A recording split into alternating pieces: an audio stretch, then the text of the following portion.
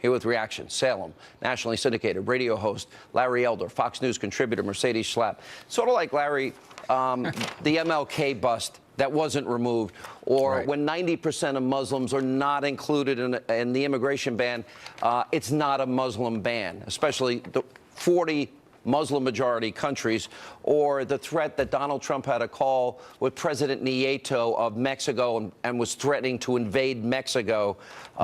Or any of these other examples. There's so many now. It's like on a daily basis. What does this mean for the long term for those news organizations?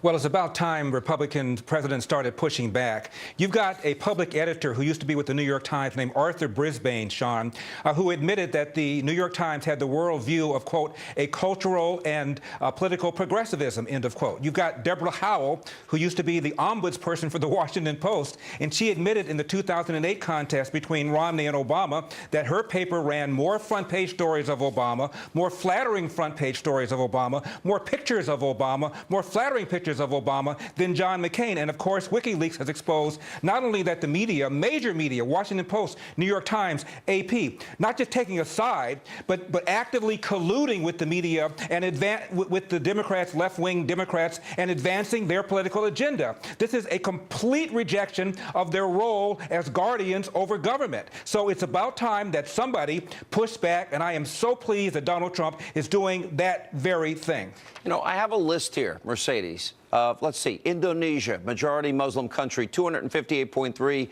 million Muslims. They weren't banned. Bangladesh, 156 million. Egypt, 94.6 million. Pakistan, 201.9 million.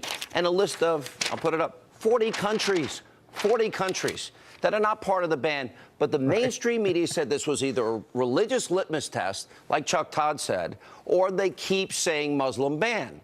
It's just an outright lie for them to say it, but they double down. Why? Well, and you've read the executive order. I mean, it's very clear that it's a temporary halt on individuals coming into these countries, coming into the United States from these 7 countries.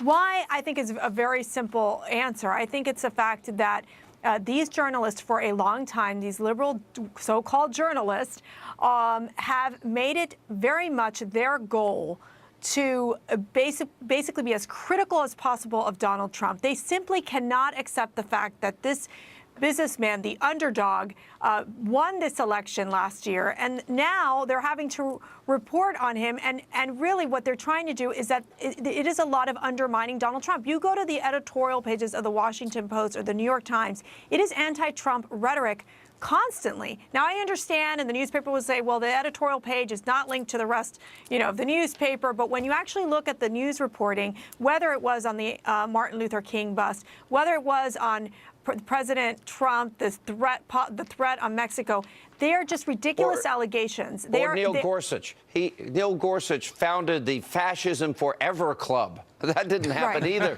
which was reported. Love you both. Thank you.